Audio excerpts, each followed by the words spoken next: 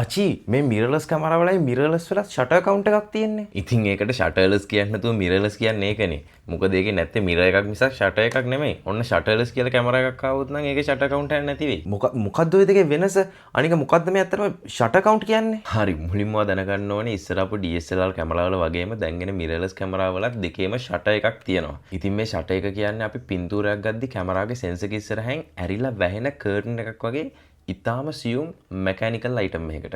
ඉතින් මේ ෂටර් කියන මැකැනිසම් එක නිසා කැමරාවකට පුළුවන් වෙනවා ෂටර් එකක් නැති මොබයිල් ෆෝන් එකක් වගේ සෙන්සර් එකකින් ෆොටෝ එකක් ගන්නවට වඩා ඩිස්ටෝෂන්ස් එහෙම නැත්නම් බෑන්ඩින් ඉෂුස් නැතුව නීට් ෆොටෝ එකක් ගන්න. ඉතින් අපි ෆොටෝ එකක් ගනිද්දි මේ කැමරාවේ තියෙන ෂටර් එක එකපාරක් ඇරිලා වැහෙනවා. මේකට තමයි ෂටර් කවුන්ට් එක එකක් කියලා කියන්නේ.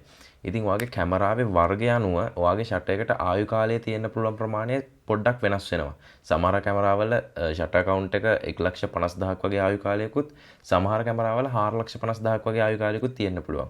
ඉතින් ඒක කැමරාගේ මොඩල් එක අනුව වෙනස් වෙනවා. සහ ඒකෙන් කියන්නේ ෂටර් කවුන්ට් එක 1,50,000ක් තියෙන කැමරාවක ෂටර් කවුන්ට් එක 1,50,000 පැනපු ගමන් ෂටර් එක කැඩෙනවා කියලා.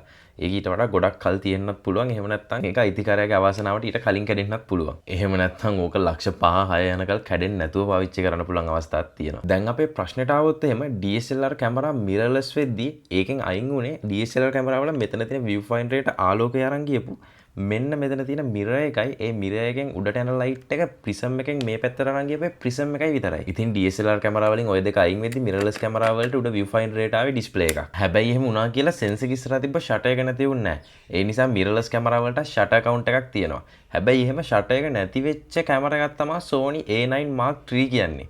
ඒක ආවේ ග්ලෝබල් ෂටර් කියලා එකක්. ඉතින් ග්ලෝබල් ෂටර් එක ඔයා දන්න දේවල් පල්ලෙන් කමෙන්ට් කරන්න. ඒ වගේම මේ ගැන වීඩියෝ එකක් ඕන නම් දැම්මම ෆලෝ කරන්න.